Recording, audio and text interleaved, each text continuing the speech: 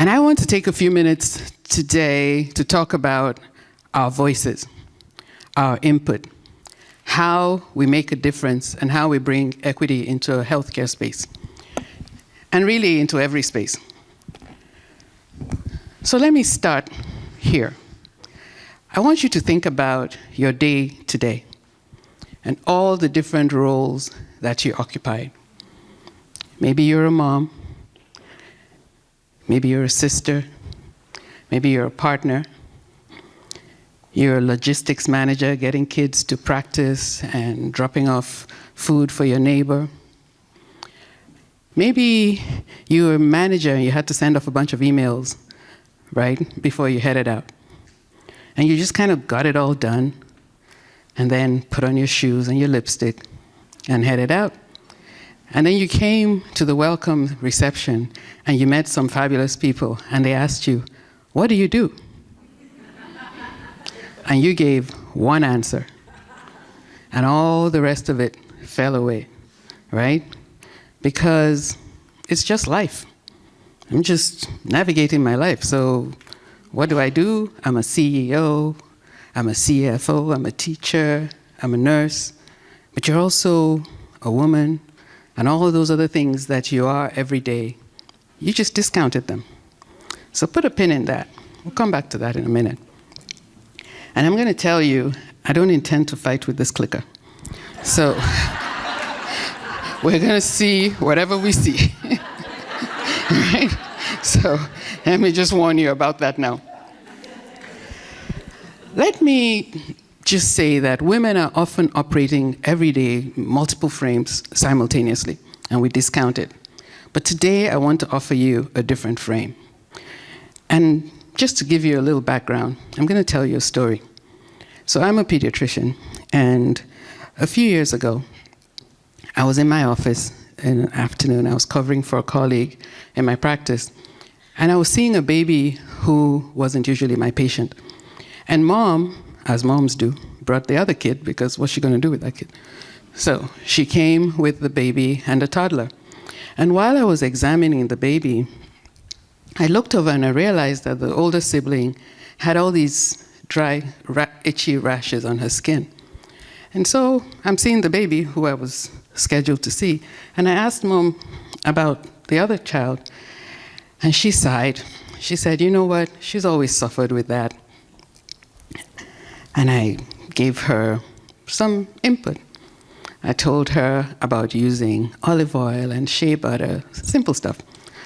Introducing simple stuff into her bath time ritual, not new medicine or anything. And we went about our day. A couple months later, I look on my schedule and I see her name again. This time, she's scheduled for me, and she's brought the older child to see me. And so she comes into the room, she sits down, I say, "Oh, hello." And she pulls out this big Ziploc bag full of half-used steroid creams. And she says, "Dr. A, these were all prescribed for my baby. And we'd been using them, but nothing worked. The skin just wouldn't get better. You glanced at her and you told me what to do, and her skin has been glorious ever since."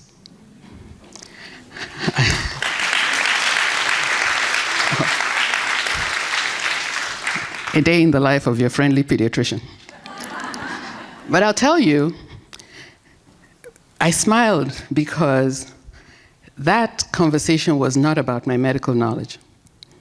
It was not about the things that I had learned in school. That Ziploc bag of creams did not exist because the doctors who saw her were malicious or not educated. It existed because the clinical trials, research, and education that guided them did not take into consideration people with skin like hers or mine. In that moment, I was a mom of two little, well, they were little at the time, they're not anymore, two brown-skinned children who had similar experience. I was a black woman. I knew of my traditional culture using shea butters and oils to improve our skin. all the different parts of me came together in that moment to help that family. And I think about, as we're now getting into the age of AI, if our voices are not there, how many more Ziploc bags of all sorts of things are we going to be creating?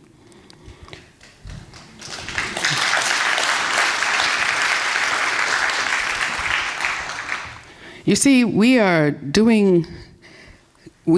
talked about, and I just love the pink medicine girls. Can I just give you my heart? But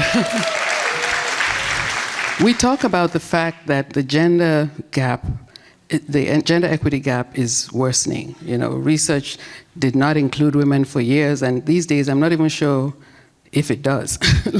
It seems like it's getting better some days, and it seems like it's getting worse on other days. And we see all these things at the 30,000-foot level, right? The studies, heart disease was studied mostly in men. Don't ask me how much time they spent studying erectile dysfunction. Finally, somebody has discovered that maybe they should pay attention to menopause. But that's at the 30,000-foot level. What I want to talk to us today about at the individual level. How are we discounting our voice? How are we not stepping forward to say, this is what I know. This is the value I can add to this conversation. I want us to bring this discussion down to where we are so that we can act on it, especially in today's world where the big systems, nobody can tell you what they look like, but we can always make a difference about the things that we can do. We operate in so many spheres every day in our lives, and we count this knowledge as nothing. We don't think about it as strategy. We don't think about it as expertise. We just think, well, nobody really wants to hear that. Who wants to know all the things that I know? But I think it's really important that we recognize that we have a unique power. We know the operational function. We are the connective tissues of our families and our communities. Asking women's voices into conversations doesn't just affect women, it affects men, it affects children, it affects everybody, because we're the ones weaving it all together.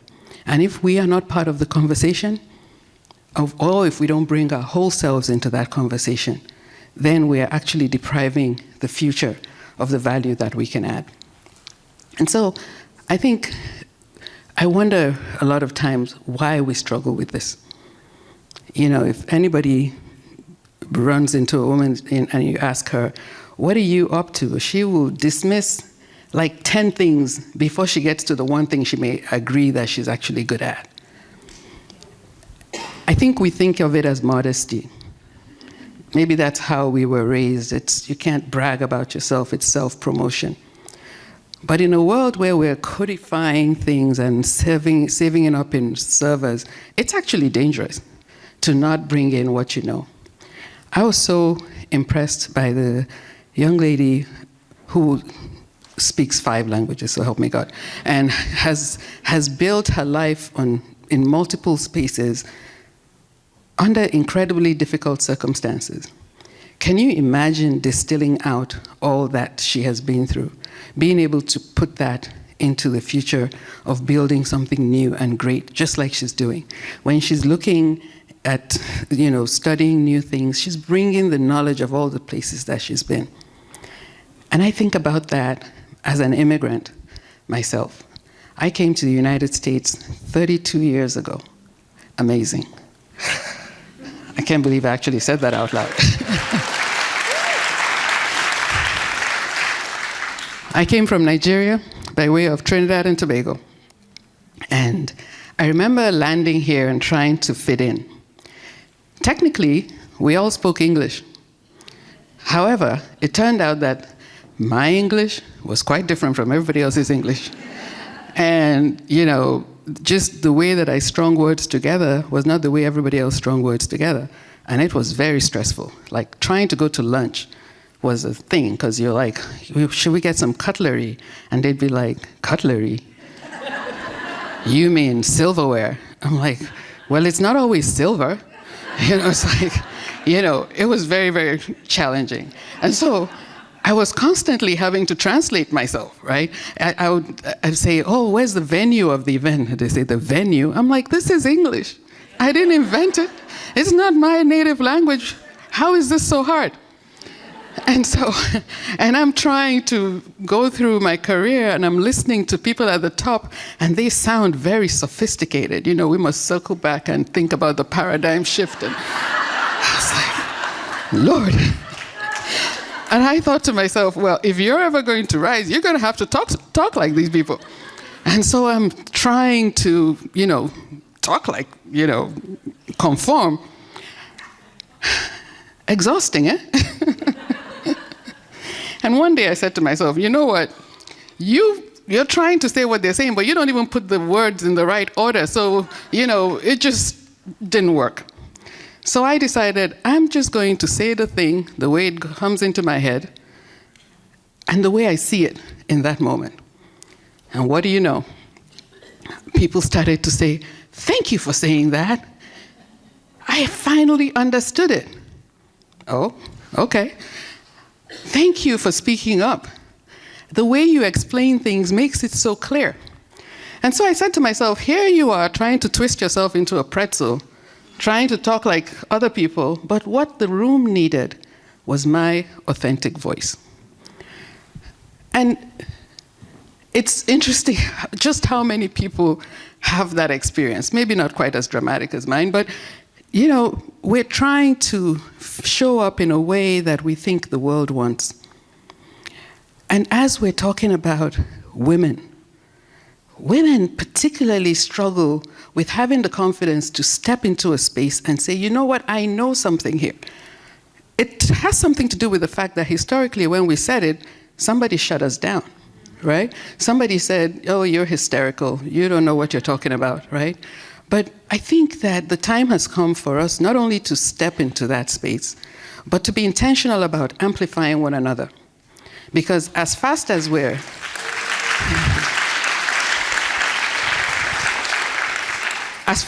going backwards, the only hope we have is really to be intentional about entering and just claiming space and going forward. So what do we do with all of this information and these ways of thinking? I, like most people, had to fight a battle to figure out how to own my voice and how to step into spaces and occupy them and just be like, deal with it, here I am. But it wasn't easy. And it required me to think of a framing around how do I go about it. And what I recognized was that the first person that I had to tell the story was me, right? I called this journey becoming the CEO of me, recognizing myself as an entity, and that wherever you place this entity, it was fully formed, fully actionable, fully agentic before AI. So, but first I had to believe it. Before you can tell your story, you have to believe that your story has value. You have to believe that you should not apologize for whatever you've been through. Whatever life journey has given you is part of what brought you to this moment. However difficult, however painful, sometimes you think there's shame attached to it, but all of it is of value. And you have to own it, believe it, and that's the first step. Because until you own it, you can't tell it. Until you believe it, you can't sell it. And you must sell it. Because you hold the key to those blind spots that we have in data, in society, in innovation. You hold the key, and if you don't believe it, you can't sell it. So the first thing you have to do is say, you know what? I'm going to stop wanting to be somebody else. I'm going to celebrate all that I am and the fabulousness that I bring into the world, right? You have to tell yourself that. And I got to tell you, that's not an easy conversation to have. It's really not. So sometimes you have to practice it in the bathroom and in the hallways and behind the wall and keep going at it until you believe it. Write it on a 3x5 card. Tell yourself that all that has brought you to this moment has value. And then, once you believe it, now you have to tell it, to share that story. Tell it to the people that you work with. Tell it to your family. We're used to telling stories to our children. You know, you come from great stock. You come from a line of people who do X, Y, and Z. You know, when things are hard, we are the Smiths, the Jones, whoever we are, we go forward. You need to tell that story. Tell it at work, tell it to the public, tell it every chance you get, right? It's not bragging. It's creating the narrative that fills in the gaps, especially as we're building new things. And finally, trying to tell your story and own it is much easier when you have support. So round up your team, your tribe, your mentors, your sponsors, get a coach if you need one. Get who you need to support you on this journey, because it's easier to stay the course when you have a team around you. I just want to give you one last story. I think I came to Seattle a while ago. I'm going to stop counting years. It's depressing. And I met this couple who came to see me with a new baby. And they were talking about their doula.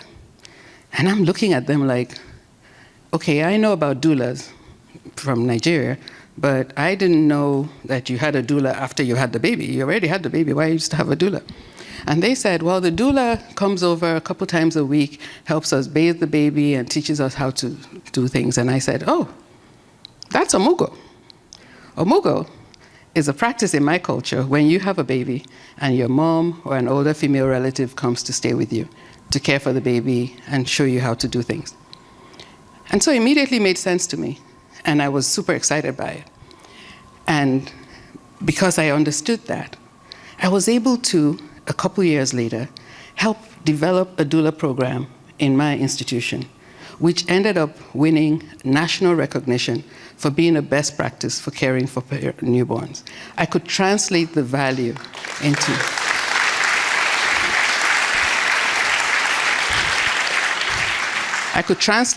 metrics that they understood, reducing postpartum depression, helping breastfeeding. Those are things they understood, but I understood because of my experience, the value. And I wanted you to draw that connection between what you know, where you've been, and where you can take society as a whole. So as you leave tonight, I want you to own your story, tell your story, bring it into the room, because when you do, you give somebody else permission to do the same. And that's how we change things. Thank you.